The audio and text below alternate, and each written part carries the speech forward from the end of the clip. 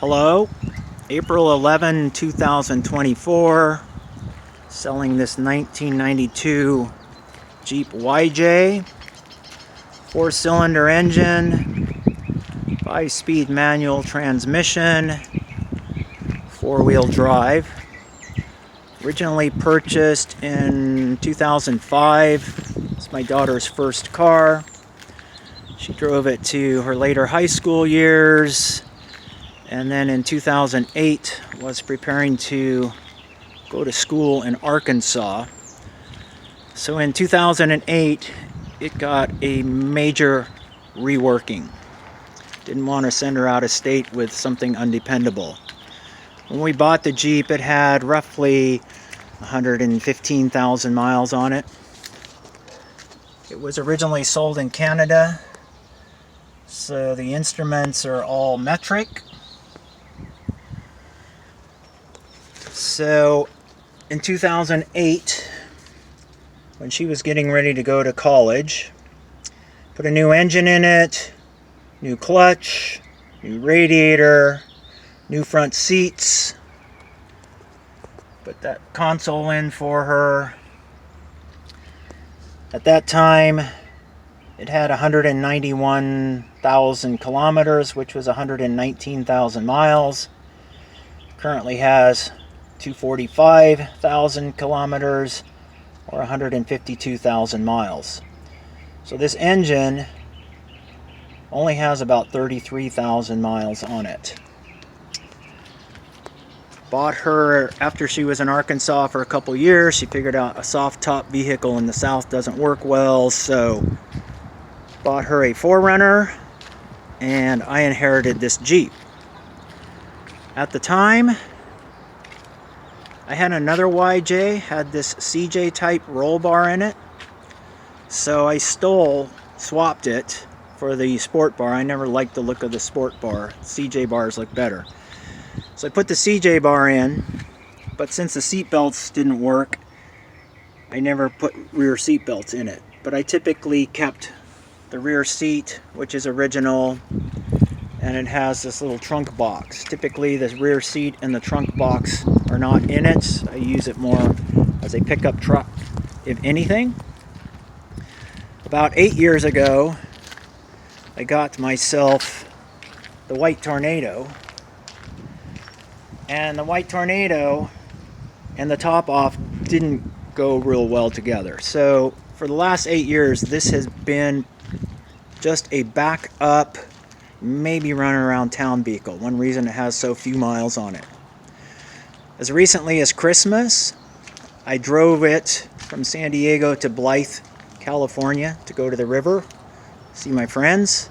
So it is capable and dependable enough for a long haul. But with the 4-cylinder engine and the big tires, it's kind of a sled. So if you're in a hurry, probably not going to like this. Tires were purchased in Arkansas, so they probably have 30,000 miles on them. They're hand cooks. They're old. They were purchased in about 2010.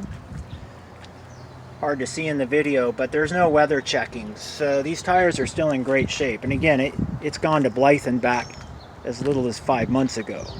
So it's capable of the long haul. Things it needs: 4-wheel drive is not working. If you know anything about these, it's either the vacuum actuator is gone or there's a vacuum leak. I'm not a 4-wheel drive guy, so I never bothered to fix it. But that needs to be worked out. Paint is original. A little of it's worn off on the hood here. This front fender, quarter panel, and passenger door were damaged sometime in the past, long before we got it, because they have base coat, clear coat paint on them. You can tell when you wax it out. The rest of it is original paint.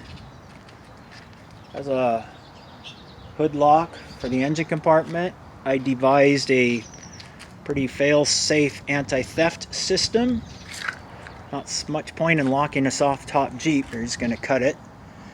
Put a couple Camaro horns on it so it'll wake the dead instead of the normal little Jeep beep beep thing. Other things, it's a pain in the butt to put gas in.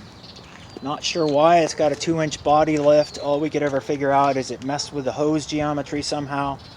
So you really have to trickle the gas in. As slow as it will come out of the pump is as fast as it will take. So instead of trying to hold the door open, I came up with that little rope. Spare tire cover. Gave up the Ghost. If you want one of those. Got new carpeting in 2008. It's got a Pioneer CD player. Sound bar. So even though they're noisy, you can still hear the music. Soft top was replaced in 2008, so it's relatively new. Good condition. Plastic's all still clear. It's not yellowing yet. My daughter's a Christian, so if her sticker's going to bother you, you want to put a new rear curtain on your need to buy list. Driver's side seat belt is not working. Latch went out. I just pull it over and sit on it so Johnny Law thinks I got my seatbelt on. I would figure on replacing both of them. If one's gone, the other one's not far behind. Original jack works well. I save pretty much everything when I take stuff apart. So this stuff all comes with. The blocks I use under the jack, just the extra 3 inches helps a lot. Oil pump, oil filter, so you know what to get. A 1/2-inch wrench is for adjusting the serpentine belt, spare serpentine belt. The other windshield wiper that's not on the vehicle, plus 2 new blades. These are the front fender liners. Don't do much good with the body lift. The water just goes under them anyway. Take them off. Little bag of miscellaneous parts. Extra keys are in there. 2 bimini tops. One worked on the original sport bar but can still be used. And then the other one is meant to be used with a CJ bar. The other thing that happened to this when I was just recently putting the back seat and the trunk box back in, these rear fender liners were rigid plastic and they had gotten hard and literally crumbled in my hands. I saved all the buttons, all the hardware you need to put them back on if you want to. I just left them off again with a body lift. The water gets underneath them anyway. I have a full set of these fender extensions that go with it. And the other thing it needs, typical of a YJ, it's got rust at the bottom of the windshield frame. So the windshield frame could be replaced, and typical of Jeeps, it's got a broken windshield, broken on both sides. I owned a bunch of Jeeps in my life and I never had one that didn't have a broken windshield. So if you're finding this on YouTube and don't know how you got here, this Jeep again is for sale. It's for sale in San Diego on Craigslist. It's being sold as is for $3,000. My primary zip code does not require biannual smog inspections, so since the day this was purchased, it's never had to have another smog inspection. I'm assuming it will pass, but it is being sold as is without a smog cert.